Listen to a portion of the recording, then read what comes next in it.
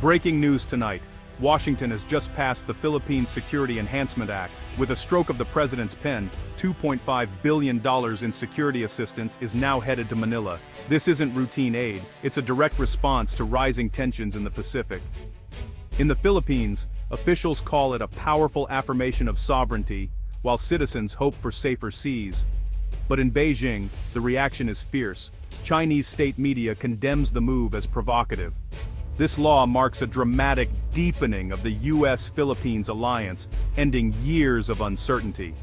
America is sending a clear message: it stands firmly with its treaty ally. The consequences will ripple through trade, diplomacy, and the regional balance of power. Tonight, we break down what this historic law means, beyond the headlines. We'll explore the new military hardware, the strategy, and the high-stakes diplomacy at play. We'll take you to the front lines of the West Philippine Sea, where Filipino crews face daily pressure. We'll analyze Beijing's view and what this means for its ambitions, and we'll look at the future of an alliance, reborn for the challenges of the 21st century. This is a story of two nations, a contested sea, and the future of peace in Asia. Stay with us as we unpack the details. The world is watching, the stakes have never been higher. What's inside the Philippines Security Enhancement Act? Let's break it down. $2.5 billion over 5 years, targeted, not a blank check. The funds are earmarked for modernizing the Philippine military, with strict oversight from both governments. The focus closing critical defense gaps, especially at sea. Expect new patrol vessels, coastal defense systems, and advanced radar to boost maritime awareness. Filipino troops will train with US forces, learning the latest tactics and tech. Cybersecurity and intelligence sharing are key, defending against digital threats and disinformation. Real-time intelligence will help prevent crises before they escalate. The goal: a unified modern defense network ready for today's threats. The timing is no accident. Urgent consultations led to this strategic investment. The $2.5 billion figure is designed to transform the Philippines from internal security to maritime defense. This is about regional stability and upholding international law. The US is making a clear commitment to its allies' security. The message: the Philippines will not stand alone. This is a new era for the alliance. To understand the urgency, look to the West Philippine Sea. Filipino fishermen face daily harassment from Chinese maritime militia, blocked from traditional fishing grounds. The Philippine Coast Guard is routinely outmatched by larger Chinese ships, facing dangerous maneuvers and water cannon attacks.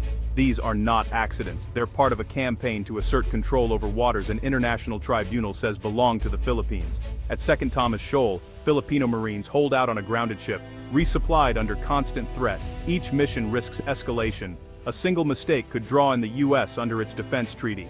The new law aims to counter this pressure with better ships, drones, and communications. The goal isn't to match China ship for ship, but to raise the cost of aggression. Enhanced surveillance and documentation will help publicize incidents and deter further coercion. The Philippines will be able to maintain a stronger presence in its own waters. This is a direct answer to the pressure campaign at sea.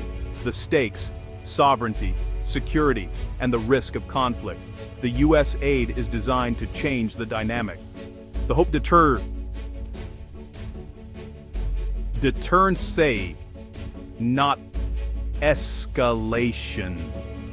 The region is watching closely. The $2.5 billion package will trigger the biggest military modernization in Philippine history. For decades, the armed forces focused inward, with outdated equipment. Now, the focus shifts to external defense. New ships, anti-ship missiles, and advanced radar are on the way. The Navy will gain multi-role frigates and corvettes, able to project force and defend key coastlines. The Air Force will get modern fighter jets and layered air defense systems.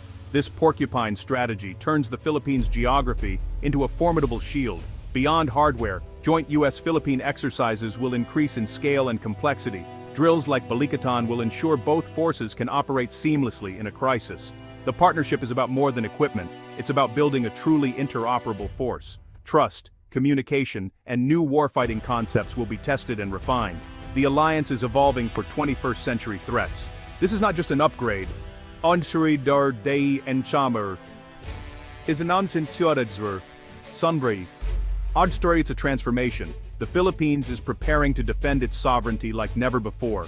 The future force will be smarter, faster, and more resilient. Why does the Philippines matter so much? Its location is strategic, at the crossroads of major shipping lanes and the first island chain. Control here means influence over the South China Sea and access to the Pacific. The U.S. sees the Philippines as a linchpin for regional security and freedom of navigation. Its ports and airfields are vital assets in any contingency.